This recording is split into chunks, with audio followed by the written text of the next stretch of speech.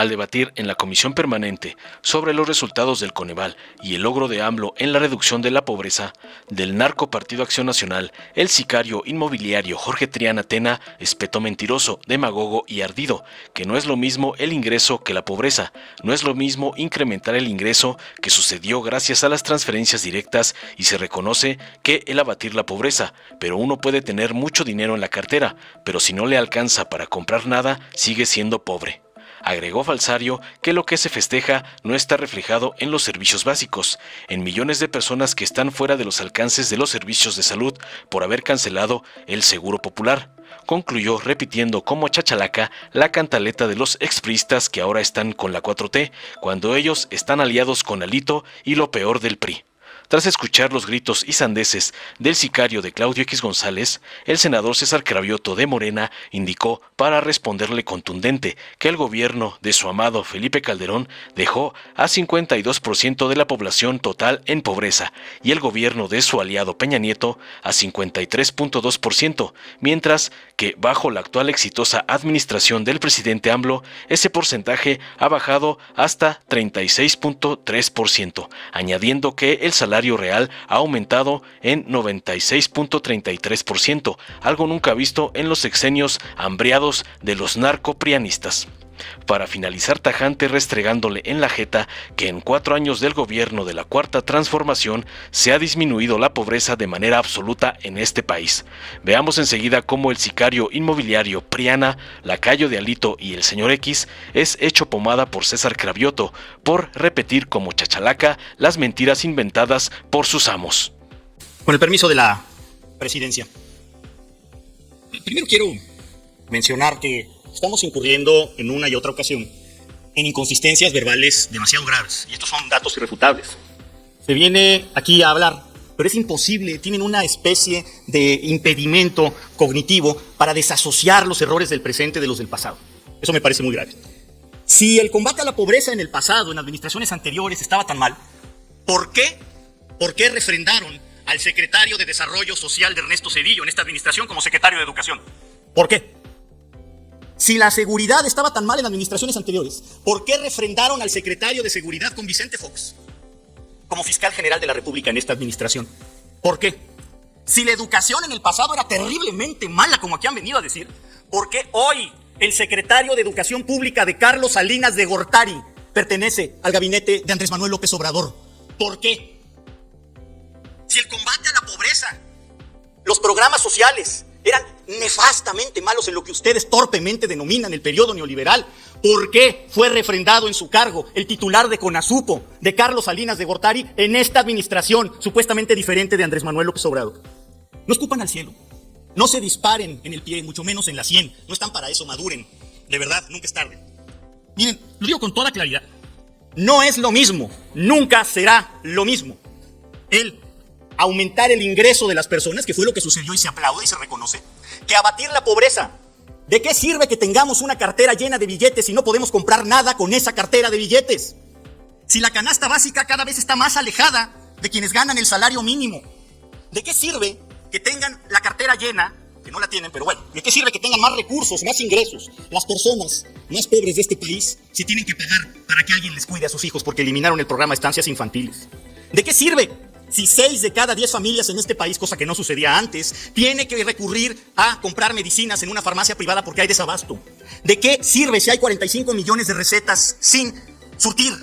¿De qué sirve que tengan más recursos los más pobres? ¿De qué sirve si tienen que conseguir recursos adicionales de alguna asociación civil para alguna operación delicada porque el presidente desapareció el Fondo de Gastos Catastróficos de Salud de las familias? ¿De qué sirve si el día de hoy tenemos 39% de personas más sin acceso a servicios de salud desde antes de que entrara este gobierno, cortesía de Andrés Manuel López Obrador, que eliminó el Seguro Popular?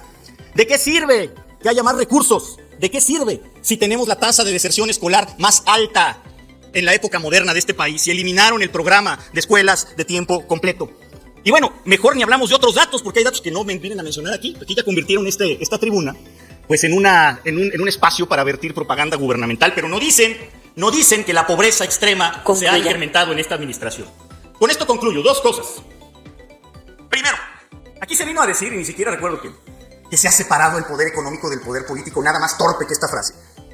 Hoy más que nunca el poder económico y el poder político están indisolublemente unidos. Pregúntenle a Carlos Lomelí en el estado de Tabasco, pregúntenle a la prima del presidente de la República, Felipe Obrador, pregunten a las empresas de los amigos de Andy, el hijo del presidente de la República. Concluya. Pregunten a Riobó, pregunten a todos los empresarios que comen y cenan tamal de chipilín en Palacio Nacional. ¿Cómo van a separar el poder económico del político? Eso se llama capitalismo de cuates y está más acrecentado que nunca. Con esto concluyo, por supuesto. Tampoco vengan aquí a decir que ya no están los de oposición porque se fueron y que todos están cumpliendo con su obligación. Morena y aliados tienen 3 sesiones seguidas solicitando verificación de quórum cuando quieren tocar un tema que les es incómodo y después se salen cobardemente para no encarar el debate. Eso no solo es de cobardes, Concluye, es de por favor, actores diputado. cobardes y además es de holgazanes. Concluya, por Asuman favor. su responsabilidad. Les cuento. Bueno, pues para los medios, para la gente que nos está viendo, esto era el número que nos dejó Calderón. 52% de población total en México en pobreza. Peña Nieto, en su pico más alto, 53.2% en situación de pobreza. Y con el presidente López Obrador, 36.3% personas en situación de pobreza. O sea, en 4 años, incluyendo 2 años terribles de pandemia, se ha disminuido la pobreza de manera absoluta en este país. Por ejemplo, vamos a ver algunas evoluciones de la pobreza en comparación con esta evaluación del 2022. Si lo comparamos con el 2004 de Fox, tenemos menos 10.7. Si lo comparamos con el 2010 de Calderón, menos 9.8. Si lo comparamos en el 2014 de Peña Nieto, menos 9.9. Y ahora que hablaban del salario, por supuesto que ha aumentado el salario real en México. Con Fox, ¿y qué es el salario real? Lo que ha aumentado el salario contra lo que ha aumentado la inflación. El salario real con Fox disminuyó 10.42. Con Calderón aumentó el 0.47. Por eso tuvieron que hacer fraude del 2006, porque la gente obviamente vio estos resultados raquíticos. Y en 2 sexenios, en uno el salario real baja 10.42 y en el otro sexenio sube 0.47. O sea, en 12 años del PAN, el salario real de los mexicanos, mínimo real, bajó 10%. Con Peña subió, fíjense, el 13.75%. Y con Andrés Manuel el salario mínimo real ha subido 96.33%. Y ahora que hablan del tema de la seguridad social, pues sí, el cinismo es brutal, porque nos dejaron 327 establecimientos que simplemente no concluyeron por distintas razones. Este gobierno ha concluido 180 hasta agosto del año pasado. Pero bueno, ellos siguen hablando en su realidad.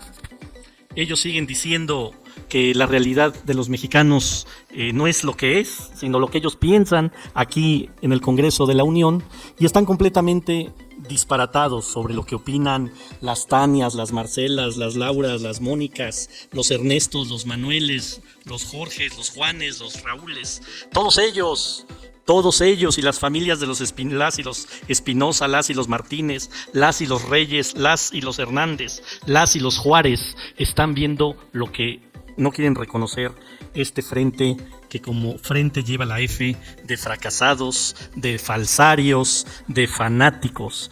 Eso es lo que son.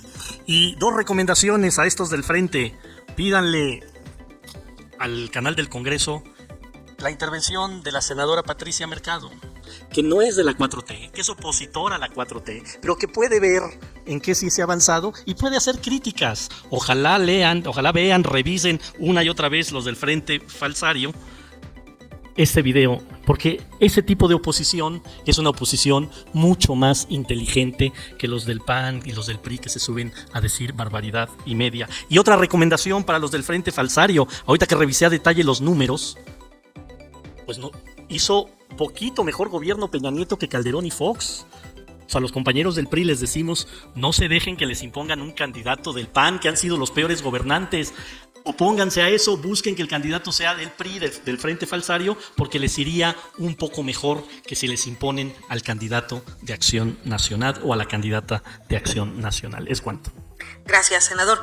Con el senador Cravioto concluimos la segunda ronda. Dale en me gusta, suscríbete, activa la campanita y compártelo para que más gente lo vea.